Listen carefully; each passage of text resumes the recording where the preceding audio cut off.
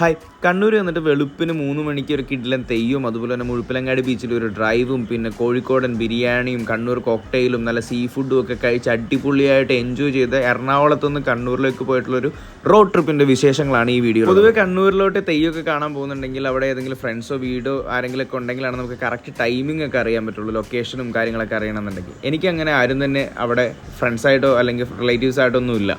അപ്പോൾ ഞാനിങ്ങനെ നോക്കി എന്ത് ചെയ്യും, തെയ്യം കാണാനായിട്ട് ഭയങ്കര ആഗ്രഹമുണ്ട്. അപ്പോഴാണ് ഒരു ഫ്രണ്ട് വഴി ഈ കോലത്തുനാട് എന്ന് പറഞ്ഞിട്ടൊരു സൈറ്റിനെ പറ്റി കേട്ടത്. കോലത്തുനാട്.in. അതിൽ നിന്നാണെന്നുണ്ടെങ്കിൽ കണ്ണൂർ നടക്കുന്ന തെയ്യങ്ങളുടെ ഒരു വർഷത്തെ കലണ്ടർ ഫുൾ അതിൽ അപ്ലോഡ് ചെയ്തിട്ടുണ്ട്. അതിൻ്റെ ലൊക്കേഷൻ, അതുപോലെ തന്നെ ദേവസ്ഥാനങ്ങൾ എവിടെയാണ്, എന്നൊക്കെയാണ്, ഏതൊക്കെ തെയ്യമുണ്ട് എന്നൊക്കെ ഉള്ളത്, ഒരു ഏകദേശ ഡേറ്റുകളും ആ ഫ്രെയിമിലൊക്കെ നടക്കുന്നത്. ഇപ്പോൾ നമ്മൾ ഉത്സവത്തിനൊക്കെ നമ്മൾ നോട്ടീസ് ഇറക്കില്ല, അതുപോലെ തന്നെ നോട്ടീസ് തന്നെ നമുക്ക് ആ സൈറ്റിൽ അവൈലബിൾ ആണ്.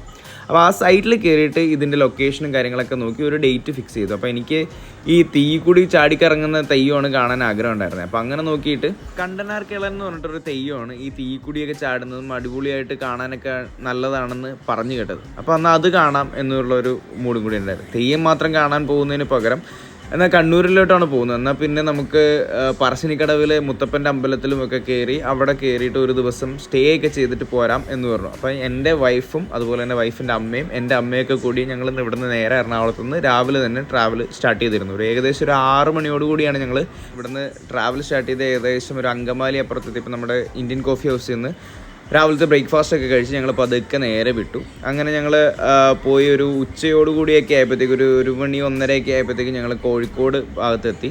കോഴിക്കോട് എത്തിയപ്പോഴത്തേക്കും നേരെ കുറ്റിച്ചിറ ബിരിയാണി കഴിക്കാൻ വേണ്ടി കയറി. അപ്പോൾ കോഴിക്കോട് വന്നുകൊണ്ട് കോഴിക്കോടൻ ബിരിയാണി കഴിക്കണം. പിന്നെ NH-66 പണി നടക്കുന്നതുകൊണ്ട് ഈ കോഴിക്കോട് ടൗണിലോട്ടും അതുപോലെയൊക്കെ മറ്റ് സ്ഥലങ്ങളിലോട്ടും ഇറങ്ങണമെങ്കിൽ ഇത്തിരി പാടാണ്. കറക്റ്റായിട്ട് ഗൂഗിൾ മാപ്പ് കാണിക്കുന്ന ഒരു ഡീവിയേഷൻ എടുത്തില്ലെന്നുണ്ടെങ്കിൽ കുറച്ചൊരു 2-3 കിലോമീറ്ററൊക്കെ മേളിൽ കയറിപ്പോയി കഴിഞ്ഞിട്ട് മാത്രമേ നമുക്ക് യു ടേൺ എടുക്കാനുള്ളൊരു പ്രൊവിഷൻ അവിടെ കിട്ടുള്ളൂ. അവിടുത്തെ ബിരിയാണിയുടെയും കാര്യങ്ങളുടെയൊക്കെ ഡീറ്റെയിൽ ആയിട്ടുള്ള വേറൊരു വീഡിയോ ഞാൻ അപ്ലോഡ് ചെയ്യുന്നുണ്ട്. അപ്പോൾ അതിൻ്റെ വിശേഷങ്ങൾ അറിയണമെന്നുണ്ടെങ്കിൽ ആ വീഡിയോ ഒന്ന് കണ്ടാൽ മതി. കുറ്റിച്ചേറ് ബിരിയാണിയും കഴിച്ച് ഞങ്ങൾ പിന്നെ പോയി മാഹിയിൽ നിന്ന് ഫുൾ ടാങ്ക് പെട്രോൾ അടിച്ചു. അത് മാൻഡറ്ററി ആണ്. നമ്മൾ എറണാകുളം ഭാഗത്തുനിന്നോ അല്ലെങ്കിൽ വേറെ എവിടത്തുനിന്ന് വരുന്നവർ മാഹി വഴി ടച്ച് ചെയ്യുകയാണെന്നുണ്ടെങ്കിൽ ഫുൾ ടാങ്ക് ഡീസലോ പെട്രോളൊക്കെ അടിക്കുക എന്നുള്ളത്. അപ്പോൾ ഞങ്ങളും അതുപോലെ തന്നെ ഫുൾ ടാങ്ക് പെട്രോളും അടിച്ചിട്ട് പിന്നീട് അവിടെ നിന്ന് മയ്യഴിപ്പുഴയുടെ തീരത്ത് അവിടെ ഒരു ചെറിയ മുകുന്ദൻ പാർക്ക് എന്ന് പറഞ്ഞ സ്ഥലങ്ങളിലൊക്കെ ഒന്ന് കയറി ഞങ്ങളൊരു വൈകുന്നേരം ഒരു 5 മണി 5:30 പറശ്ശിനിക്കടവിൻ്റെ അടുത്തുള്ള ഞങ്ങൾ ബുക്ക് ചെയ്തിരിക്കുന്ന തപസ്യ എന്ന് പറഞ്ഞ റിസോർട്ടിൽ ഞങ്ങൾ എത്തിയിരുന്നു. തപസ്യ റിസോർട്ട് ആക്ച്വലി നല്ല രീതിക്ക് ഒരു ഓപ്ഷൻ ആയിരുന്നു. ഞങ്ങൾക്ക് പെർ റൂമിന് 2500 രൂപ AC റൂമായിരുന്നു. അങ്ങനെയായിരുന്നു ഞങ്ങളുടെ റേറ്റ് വന്നിരിക്കുന്നത്. ഫാമിലിയൊക്കെ ആയിട്ട് പോയി താമസിക്കാൻ പറ്റുന്ന നല്ല നീറ്റ് ആൻഡ് ക്ലീൻ ആയിട്ടുള്ള നല്ല പറശ്ശിനിക്കടവ് അമ്പലത്തിൻ്റെ തൊട്ടടുത്ത് തന്നെയായിട്ടുള്ള ഒരു ദൂരമുള്ളൂ, നടന്നു പോകാനുള്ള ദൂരമുള്ളൂ. ഒരു ഏകദേശം ഒരു 1/2 കിലോമീറ്റർ താഴത്തേക്കുള്ളൊരു ഇറക്കം ഇറങ്ങിക്കഴിഞ്ഞാൽ മാത്രം മതി ഈ പറശ്ശിനിക്കടവ് അമ്പലത്തിലോട്ട് എത്താൻ. ഇതുകൂടാതെ മറ്റു പല ഹോട്ടലുകളും ആ പരിസരത്തുണ്ട്. 500 രൂപ 600 രൂപ പെർ ഹെഡ് റേറ്റിലൊക്കെ വരുന്ന രീതിക്കുള്ള റൂമുകളൊക്കെ കിട്ടുന്ന ഹോട്ടലുകളുമുണ്ട്. ഞങ്ങളിതാണ് ഓൺലൈനായിട്ട് ബുക്ക് ചെയ്തിരുന്നത്. ഞങ്ങൾ റിവ്യൂ ഒക്കെ നോക്കിയിട്ടാണ്, ഗൂഗിളിലെ റിവ്യൂ ഒക്കെ നോക്കിയിട്ടാണ് ബുക്ക് ചെയ്തിരുന്നത്. എന്തായാലും നല്ലൊരു സ്റ്റേ ആയിരുന്നു. നല്ല വൃത്തിയുള്ള റൂമുകളും ബാത്റൂമും അതുപോലെ തന്നെ സർവീസും എല്ലാം അടിപൊളിയായിരുന്നു. പിന്നീട് ഒരു 6:30 മണിയോടുകൂടി ഞങ്ങൾ നേരെ മുത്തപ്പൻ്റെ അമ്പലത്തിലോട്ട് പോയായിരുന്നു. അവിടെ അമ്പലത്തിൻ്റെ അകത്തുള്ള വിഷ്വൽസ് ഒന്നും നമുക്ക് ഷൂട്ട് ചെയ്യാൻ പറ്റില്ല, അവിടെ വീഡിയോ ഒന്നും എടുക്കാൻ അവർ സമ്മതിക്കില്ല. അത് കഴിഞ്ഞ് മുത്തപ്പൻ്റെ അമ്പലത്തിലെ ദർശനമൊക്കെ കഴിഞ്ഞിട്ട് ഞങ്ങൾ നേരെ ശ്രീ രാജരാജേശ്വര ക്ഷേത്രത്തിലോട്ടാണ് പോയത്. അതൊരു മഹാദേവ ക്ഷേത്രമാണ്. അവിടെ ഒരു പ്രത്യേകതയുണ്ട്, 6:30 മണി കഴിഞ്ഞ് മാത്രമാണ് അവിടെ സ്ത്രീകൾക്ക് പ്രവേശനം. അത് കഴിഞ്ഞ് ഞങ്ങൾ നേരെ കണ്ണൂരിലെ ഫേമസ് ആയിട്ടുള്ള കണ്ണൂർ കോക്ടെയിൽ ഒരെണ്ണം കുടിക്കാൻ പോയായിരുന്നു.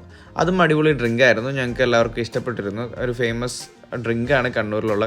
കണ്ണൂർ കോക്ടെയിലൊക്കെ കഴിച്ചു കഴിഞ്ഞിട്ട് ഞങ്ങൾ പിന്നെ നേരെ ഞങ്ങളുടെ ഈ തെയ്യം നടക്കുന്ന ദേവസ്ഥാനം, അത് കാരോത്ത് ദേവസ്ഥാനം എന്ന് പറഞ്ഞിട്ടുള്ള സ്ഥലത്താണ് ഞങ്ങളുടെ തെയ്യം നടക്കുന്നത്. അവിടെ ഞങ്ങളൊന്ന് ജസ്റ്റ് പോയിരുന്നു. അപ്പോൾ ഞങ്ങളവിടെ ചെല്ലുമ്പോൾ മെയിൻ തെയ്യം അല്ലാണ്ട് കണ്ടനാർ കേളൻ എന്ന് പറഞ്ഞ തെയ്യം അല്ലാണ്ട് അവിടെ വേറൊരു തെയ്യത്തിൻ്റെ പുറപ്പാടും കാര്യങ്ങളൊക്കെ നടക്കുമായിരുന്നു. അതൊക്കെ കണ്ടു കഴിഞ്ഞ് ഞങ്ങൾ അവിടെ നിന്ന് അന്നദാനവും കഴിച്ചിട്ട് തിരിച്ച് റൂമിൽ വന്ന് കിടന്നുറങ്ങിയായിരുന്നു. ഇത് വെളുപ്പിന് 3 മണിക്ക് നടക്കുന്നതുകൊണ്ട് ഞങ്ങൾ റൂമിൽ വന്ന് കിടന്നുറങ്ങി ഏകദേശം ഒരു 2-2:30 ആയപ്പോഴത്തേക്ക് എഴുന്നേറ്റിട്ട് ഞങ്ങൾ തിരിച്ച് ഈ കണ്ടനാർ കേളൻ തെയ്യം നടക്കുന്ന ഈ ദേവസ്ഥാനത്തിലോട്ട് പോയി. കണ്ടനാർ കേളൻ തെയ്യത്തിന് കുറച്ച് ഐതിഹ്യങ്ങളും കാര്യങ്ങളൊക്കെ ഉണ്ട്. അത് ഞങ്ങൾ വിക്കിപീഡിയ നോക്കിയിട്ടാണ് മനസ്സിലാക്കിയത്. നിങ്ങൾക്കും ഇതിൻ്റെ ഡീറ്റെയിൽസ് ഒക്കെ അറിയണമെന്നുണ്ടെങ്കിൽ വിക്കിപീഡിയയിൽ ഇത് അവൈലബിൾ ആണ്. ഈ തെയ്യമൊക്കെ കണ്ടു കഴിഞ്ഞ് വെളുപ്പിന് ഒരു 5 മണി 5:30 ആയപ്പോഴത്തേക്കും ഞങ്ങൾ തിരിച്ച് റൂമിലോട്ട് വന്നിരുന്നു. അത് കഴിഞ്ഞ് വന്ന് റൂമിൽ സുന്ദരമായിട്ട് കിടന്നുറങ്ങി ഒരു 12 മണിയോടുകൂടി ഞങ്ങൾ എഴുന്നേറ്റ് റൂം ചെക്കൗട്ട് ചെയ്ത് തിരിച്ചു പോന്നു. തിരിച്ചു പോരുന്ന വഴി ഞങ്ങൾ നേരെ പെർളശ്ശേരി അമ്പലത്തിലാണ് പോയത്. പെർളശ്ശേരി അമ്പലത്തിന് ഒരു പ്രത്യേകത ഉണ്ട്. അവിടെ എല്ലാ ദിവസവും ഉച്ചയ്ക്ക് ഒരു തെയ്യം വരുന്നുണ്ട്. തെയ്യത്തിൻ്റെ അടുത്ത് നമുക്ക് പ്രാർത്ഥിച്ച അനുഗ്രഹങ്ങളൊക്കെ വാങ്ങിക്കുകയും ചെയ്യാം. അതുകൂടാതെ അവിടെ ഒരു ഫേമസ് ആയിട്ടൊരു കുളം കൂടിയുണ്ട്. ആ കുളത്തിൻ്റെ ആ കൽപ്പടവുകളൊക്കെ വളരെ ഫേമസ് ആണ്. കുറേയധികം ഫോട്ടോസും കാര്യങ്ങൾക്കൊക്കെ എടുക്കാനായിട്ട് നല്ല അടിപൊളി സ്ഥലമാണത്.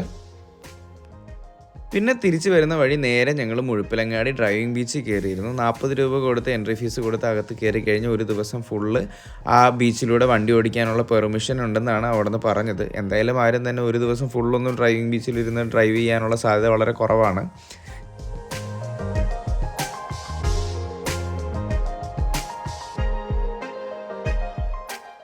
അത് കഴിഞ്ഞ് ഞങ്ങൾ നേരെ അതിൻ്റെ അടുത്ത് തന്നെ ഒരു അടിപൊളി സീ ഫുഡ് കൊടുക്കുന്ന ഒരു റെസ്റ്റോറൻ്റ് ഉണ്ട്. അവിടെ കയറി ഞങ്ങൾ ഉച്ചക്കലത്തെ ഭക്ഷണം കഴിച്ചിരുന്നു. അടിപൊളി ഫുഡായിരുന്നു. അതിൻ്റെ ഫുൾ ഡീറ്റെയിൽഡ് വീഡിയോ തൊട്ട് പുറകെ യൂട്യൂബിൽ ഞാൻ അപ്ലോഡ് ചെയ്യുന്നുണ്ട്. അതും നിങ്ങൾക്ക് കാണണമെന്നുണ്ടെങ്കിൽ അതിൽ ചാനലിൽ കയറി കണ്ടാൽ മതി. അവിടെ നിന്ന് അടിപൊളി ഉച്ചഭക്ഷണമൊക്കെ കഴിച്ച് കഴിഞ്ഞിട്ട് ഞങ്ങൾ പിന്നെ നേരെ എറണാകുളത്തോട്ടാണ് വന്നത്. അതിൻ്റെ ഇടയിൽ ഭക്ഷണം കഴിക്കാനല്ലാണ്ട് വേറെ എങ്ങും നിർത്താണ്ടാണ് ഞങ്ങൾ പിന്നെ വന്നത്. ഏകദേശം ഒരു 12:30 മണിയോടുകൂടി ഞങ്ങൾ എറണാകുളത്ത് എത്തി. നിങ്ങൾക്ക് ഞങ്ങളുടെ ഈ കണ്ണൂർ ട്രിപ്പിൻ്റെ വീഡിയോ ഇഷ്ടപ്പെട്ടിട്ടുണ്ടെങ്കിൽ ലൈക്ക് ചെയ്യുക, ഷെയർ ചെയ്യുക, അതുപോലെ തന്നെ സബ്സ്ക്രൈബും ചെയ്യുക. ഇതുപോലെ മറ്റൊരു വീഡിയോ ആയിട്ട് കാണുന്നവരെ ടാറ്റ ബൈ ബൈ.